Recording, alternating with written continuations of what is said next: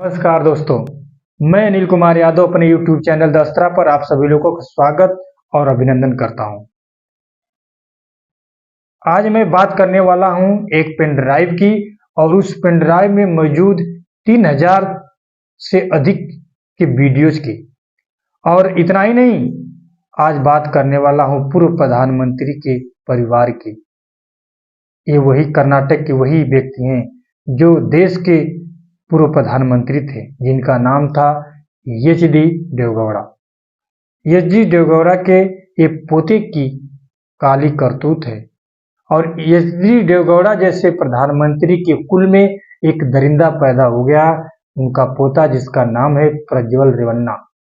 उस प्रज्वल रेवन्ना ने सैकड़ों महिलाओं के साथ यौन शोषण किया। यौन शोषण ही नहीं किया बल्कि उसका वीडियो बनाया और उन वीडियोज के माध्यम से उन महिलाओं को बार बार ब्लैकमेल भी करता है। और पार्टी में काम करने वाली महिलाओं, सांसदों और सरकारी दफ्तरों में काम करने वाली महिलाओं के साथ उसने यौन शोषण के वीडियो बनाए और ब्लैकमेल करता रहा। और इतना ही नहीं, यह बीजेपी का कैंडिडेट के तौर पर चुनाव लड़ रहा है 2024 की लोकसभा के चुनाव में। और प्रधानमंत्री नरेंद्र मोदी जी ने खुद जाकर के उसके लिए हासन में रैली की और वोट मांगे। और उन्होंने रैली में कहा कि प्रज्वल रेवन्ना को पढ़ने वाला एक एक वोट मुझे यानी कि नरेंद्र मोदी को मजबूत करेगा। तो दोस्तों, आप ये सोच सकते हैं कि प्रधानमंत्री नरेंद्र मोदी जी ऐसे ऐसे व्यक्तियों के अपने पाले में ले रहे हैं, ऐसे ऐसे भ्रष्टाचारियों बलात्कारियों का वो चुनाव प्रचार कर रहे हैं कि वो देश विश्वगुरु बन जाएगा। इतना ही नहीं, बीजेपी का ही एक नेता प्रधानमंत्री जी को और अमित शाह जी गृह मंत्री जी को पत्र लिख करके कहता है कि और इसके पेन ड्राइव वाले वीडियोज के बारे में उनसे बताता है। इसके बाद भी उसको मना करता है कि इसको टिकट मत दीजिए, लेकिन प्रधानमंत्री मोदी जी और अमित शाह जी नहीं मानते, उसको टिकट देते हैं हासन से और उसका चुनाव का प्रचार भी करते हैं। इतना ही नहीं, चुनाव खत्म होने के बाद वही प्रज्वल रेवन्ना अपने पिता के साथ जर्मनी चला जाता है और खुद को नरेंद्र मोदी जी चौकीदार बताने वाले, जो कहते हैं कि मैं चौकीदार हूं, और उसी चौकीदार की नाक के नीचे से वह प्रज्वल रेवन्ना अपने देश को छोड़ करके विदेश भाग जाता है। तो यह शक बनता है और यह सवाल उठता है कि चौकीदार सो रहा था या चौकीदार मिला हुआ था। इस तरह के सवाल उठ रहे हैं। और आप लोगों को तो पता होगा कि प्रधानमंत्री जी या पूरी बीजेपी पार्टी आज तक 2014 से 2024 तक जितनी भी यौन शोषण के मामले उनकी पार्टियों के कार्यकर्ताओं, सांसदों और नेताओं द्वारा आया हुआ है मामला, उन पर कभी भी कोई प्रेस कॉन्फ्रेंस या कोई सफाई या कोई कमेंट करने नहीं आए हैं। उन्होंने एक बयान तक नहीं दिया है। यहाँ तक कि मणिपुर में महिलाओं को नग्न घुमा गया, उस पर भी प्रधानमंत्री नरेंद्र मोदी जी ने एक जबान नहीं बोला।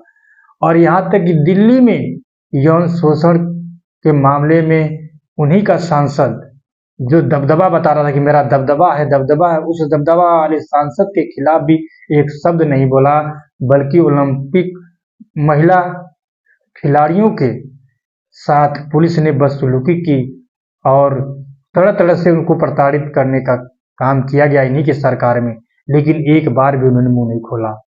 तो दोस्तों, और इतना ही नहीं, बीजेपी के ऐसे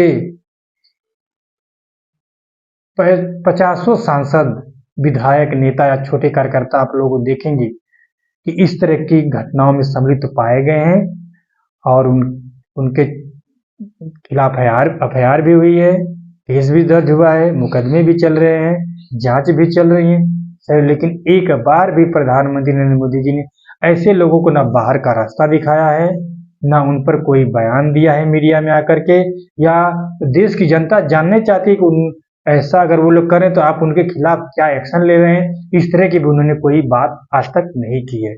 तो दोस्तों, इस तरह के बचाव से लगता है कि प्रधानमंत्री नरेंद्र मोदी जी भ्रष्टाचारियों और बलात्कारियों के संरक्षण के लिए ही सरकार में आए हुए हैं, क्योंकि जितने भ्रष्टाचारी हैं सारे आज के डेट में बीजेपी में मौजूद हो चुके हैं। चाहे अजीत पवार हों, छगन भुजबल हों, हेमंत विश्व शर्मा हों, देश के तमाम बड़े बड़े भ्रष्टाचारी इसमें आ गए हैं। और जो उनकी पार्टी में शामिल नहीं हुए उनके ऊपर कार्रवाइयाँ हो रही हैं, एक तरफा कार्रवाइयाँ हो रही हैं, जेल में डाला जा रहा है, ये आप लोग देख सकते हैं। और मीडिया भी आप देख रहे हैं कि प्रज्वल रेवन्ना के ऊपर मीडिया भी अब एक दिन से ज्यादा डिबेट नहीं चला। अगर यही सीमा हैदर होती तो उसका 1 महीने तक लगातार वीडियो चलाया गया था, लेकिन ये प्रज्वल रेवन्ना का वीडियो एक खबर के बाद दोबारा गायब है। अब एकदम साइलेंट लगाई हुई पूरी पार्टी, यहाँ तक पूरी गोदी मीडिया एकदम साइलेंट हो चुकी है। तो दोस्तों, यह देश में इस तरह की काले कारनामे सत्ताधारियों द्वारा किए जा रहे हैं, यह सोचने की बात है। यहाँ तक कि ये लोग सत्ता में आने के बाद संविधान बदलने की भी बात करते हैं, क्या क्या काम करने की बात कर रहे हैं। आने की संविधान बदल करके भ्रष्टाचारियों और बलात्कारियों का संरक्षण ही किया जाएगा, ऐसा ही प्रतीत होता है। तो दोस्तों, इस तरह की सरकार को इस देश की जरूरत नहीं है, और इस तरह का व्यक्ति जो कभी अपने पार्टी के द्वारा किए गए कुकर्म के ऊपर एक शब्द न बोलता हो, वह इस देश को कभी भी विश्वगुरु नहीं बना सकता। अगर मेरा यह वीडियो आप सभी लोगों को अच्छा लगा हो तो प्लीज मेरे चैनल को सब्सक्राइब कीजिए, शेयर कीजिए और लाइक कीजिए। नमस्कार।